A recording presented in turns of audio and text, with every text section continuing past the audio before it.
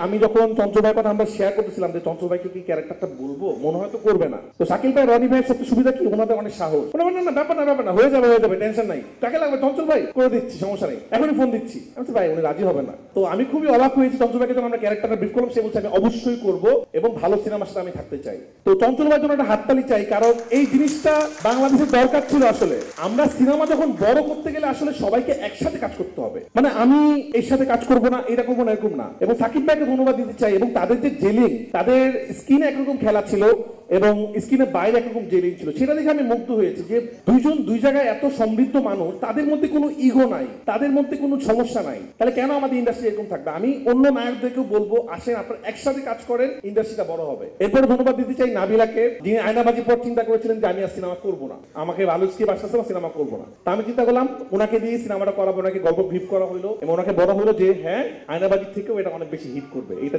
নিশ্চিন্ত থাকেন আপনি। তো নিশ্চয়তা দেওয়ার পর উনি রাজি হলো এবং খুব ভালো অভিনয় করেছে। তাকে আপনারা খুব বেশি দেখতে পাচ্ছেন না, কারণ তার ক্যারেক্টারটা অনেক সারপ্রাইজিং, অনেক কিছু আছে। তো মনে করার কিছু নাই যে নাবিলা কম, নাবিলাকে লুকিয়ে রেখেছি আমি।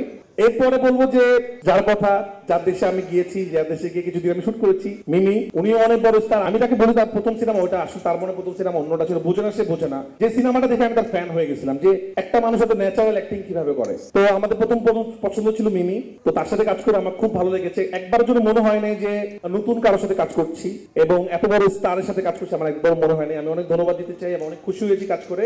এবং বাংলাদেশে এসেছেন উনি আপনাদের সাথে কথা বলার জন্যই, এবং এই জন্য ধন্যবাদ দিতে চাই এত ব্যস্ততার মধ্যে বাংলাদেশে এসেছে। কারণ আমি একটু জ্বালাই তো অনেক, আমি সবাইকে দিয়ে 3-4 বার ডাবিং করাইছি। একবার ডাবিং করা বলে কি আমার ভালো লাগতেছে না, আবার ডাবিং করে, আবার একটু ডাবিং করাই। তো মিমিকে ফোন দিলে মিমি বলে কি আবার কি ডাবিং করতে হবে একটু জায়গা, আমি বলছি না।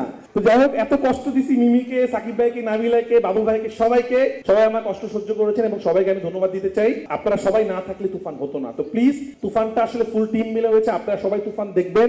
আপনারা তুফান দেখে একটু বলতে পারবেন যে আমরা প্রাউড ফিল করতে পারি বাংলাদেশ এরকম একটা সিনেমা বানাতে পারে। সবাইকে আমন্ত্রণ জানাচ্ছি কোরবানিতে তুফান দেখার জন্য। কোরবানিতে আমার জন্য লাকি, পরাণ, সুরঙ্গ, এবার তুফান। আমি বিশ্বাস করি এই সিনেমা আমার কেন, সারা বাংলাদেশের সব রেকর্ড ভেঙে দিবে এবং সারা পৃথিবীর কাছে বাংলাদেশের সিনেমাকে এখানে তুলবে। কেজিএফ যেরকম ওই ইন্ডাস্ট্রিকে, একটা খুবই ছোট ইন্ডাস্ট্রি, কর্ণাটক ইন্ডাস্ট্রি, যে কেজিএফ কিন্তু পুরো ইন্ডাস্ট্রিকে চেঞ্জ করে দিচ্ছে, ওদেরকে কেউ ছোট করে দেখে না এখন। আজকে তামিলকে যেরকম পুষ্পা এবং আরআরআর চেঞ্জ করে দিচ্ছে, আমি বিশ্বাস করি তুফান এমন একটা ছবি যেটা বাংলাদেশের সিনেমাকে চেঞ্জ করবে ইনশাআল্লাহ। এই সিনেমাটা দেখতে হলে আপনার সাধারণত কি হয়, সিনেমা শেষে ডিরেক্টরের নাম আসলে আমরা সিনেমা থেকে উঠে যাই, ভাবি সিনেমা শেষ, এন্ড ক্রেডিটটা আসলে দেখি না।